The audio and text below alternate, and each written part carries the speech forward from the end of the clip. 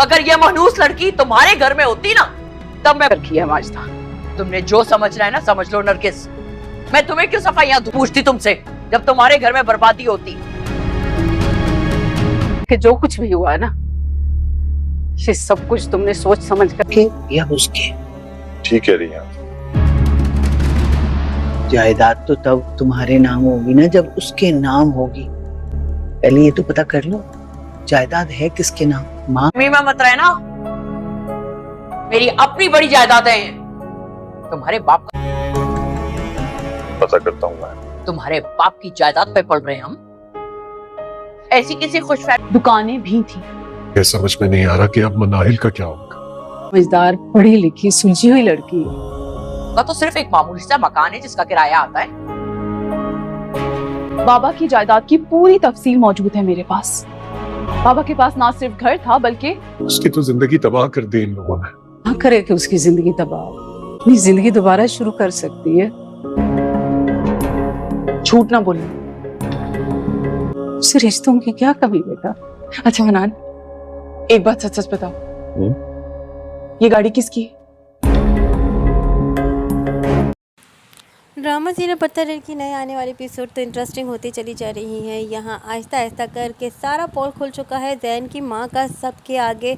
और यहाँ वलीद की माँ भी काफ़ी ज़्यादा उन्हें मलामत करती है और उसे यही कहती है कि मुझे जितना शक आता है कि ये तुमने सोचा सच समझा सारा काम किया है और उस बच्ची की ज़िंदगी तुमने बर्बाद कर कर रख दी है अपने मफाद की खातिर।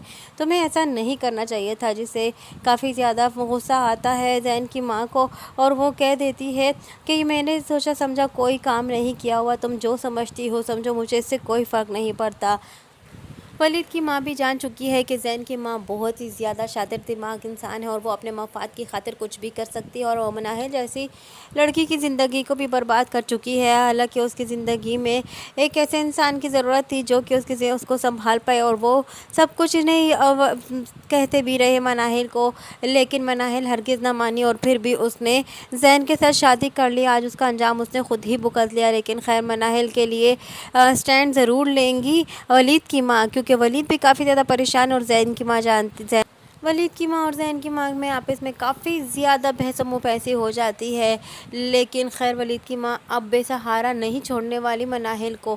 मनाहिल ने आखिरकार अपना दर्द बांट ही लिया वलीद की माँ से और वलीद अब बहुत ज़्यादा परेशान है मनाहिल के लिए, क्योंकि वो तो ऑलरेडी दिल ही दिल में पसंद करता था और उसके शुबहात सारे ठीक निकले।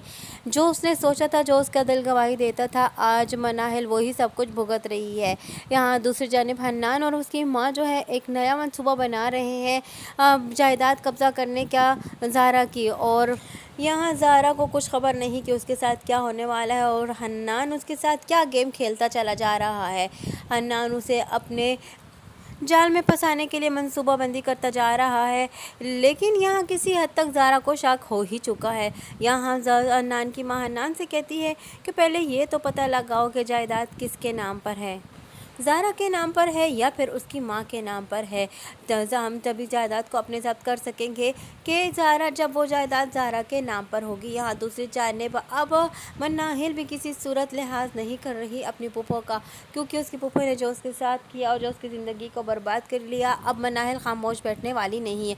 यहाँ फिर भी उसकी पुप्पो जो है उसे फिर कहती है कि तुम्हें शर्म नहीं आती कि तुमने माँ जैसी पुप्पो के साथ ऐसा किया है और तुम क्या समझती हो ये सारा जायदाद जो है वो तुम्हारे बाप की है। तुम्हारे बाप का तो एक छोटा सा मकान था जिसका सिर्फ और सिर्फ किराया आता है, ये सारी जायदाद तो मेरी अपनी है। लेकिन यहाँ मनाहिल सब कुछ जानती है और मनाहिल कहती है कि मेरे पास सबूत है और इस बात के गवाह है और कि अब्बा जान की जो थी वो दुकानें भी थी और मकान भी था, लेकिन आप सब कुछ कब्ज़ा करके बैठ चुकी हैं। यहाँ वलीद परेशान है, घर आकर भी मनाहिल के लिए काफ़ी ज़्यादा परेशान होता है और अपनी माँ से कहता है कि उन लोगों ने उसकी ज़िंदगी को बर्बाद कर कर रख दिया है। अब मनाहिल कहाँ जाएगी और कैसे उस घर में रहेगी और कैसे उस घर में उन लोगों के साथ गुजारा करेगी।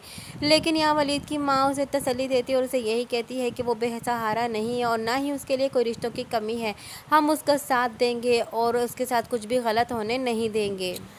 यहाँ वलीद की माँ अब काफ़ी ज़्यादा परेशान रहेगी ख़ुद भी मनाहिल के लिए, क्योंकि मनाहिल एक ऐसे लोगों में फंस चुकी है जो कि मक्कार हैं और अपने मफाद के बारे में सोचते रहते हैं, और मनाहिल की ज़िंदगी को वो मज़ीद तबाह करने में कोई कसर ना बाकी छोड़ेंगे। लेकिन अब यहाँ वलीद और उसकी माँ उसका साथ ना छोड़ेंगे और उसकी जायदाद और उसका घर इन लोगों से वापस लेकर ही रहेंगे।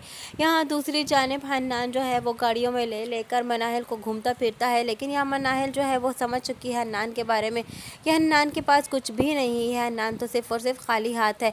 वो सब कुछ ये सिर्फ दिखावा कर रहा है और ये जता रहा है कि वो उसे खुश रखने की कोशिश कर रहा है, और ये बता चल जाता है कि उसके पास सब कुछ मौजूद है।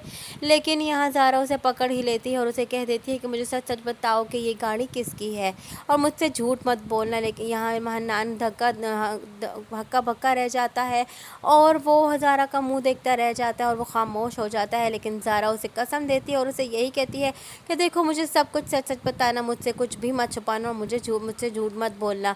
यहाँ हन्नान अब खामोश है और वो बताना भी नहीं चाहता, क्योंकि वो जानता है कि अगर ज़ारा को सब कुछ पता चल गया तो वो उसे छोड़कर चली जाएगी और फिर वो उसके हाथ से उसे इतनी बड़ी जायदाद निकल जाएगी और वो ज़ारा को कुछ नहीं बताएगा और वो वहीं पर झूठ बोल देगा। लेकिन फिर भी ज़ारा इतनी चालाक और मक्कार माँ की बेटी है कि वो सब कुछ जान ही जाती है। आने वाली नई एपिसोड में मज़ीद क्या होने वाला है, कैसे वलीद जो है वो मनाहिल की ज़िंदगी को बचा पाएगा और क्या वलीद आगे जाकर मनाहिल से खुद शादी कर लेगा और उसे एक अच्छा छत मुहैया कर देगा, और क्या मनाहिल राज़ी हो जाएगी और क्या मनाहिल वलीद के साथ खुश रह पाएगी। यही सब कुछ जानने के लिए जुड़े रहिए अनाया वीडियो पसंद आई तो वीडियो को लाइक करना और चैनल को सब्सक्राइब करना हरगिज़ ना भूलिएगा, और साथ ही साथ हमारे बेल आइकन को भी प्रेस करना हरगिज़ ना भूलिएगा, ताकि हमारा नया आने वाला नोटिफिकेशन आप तक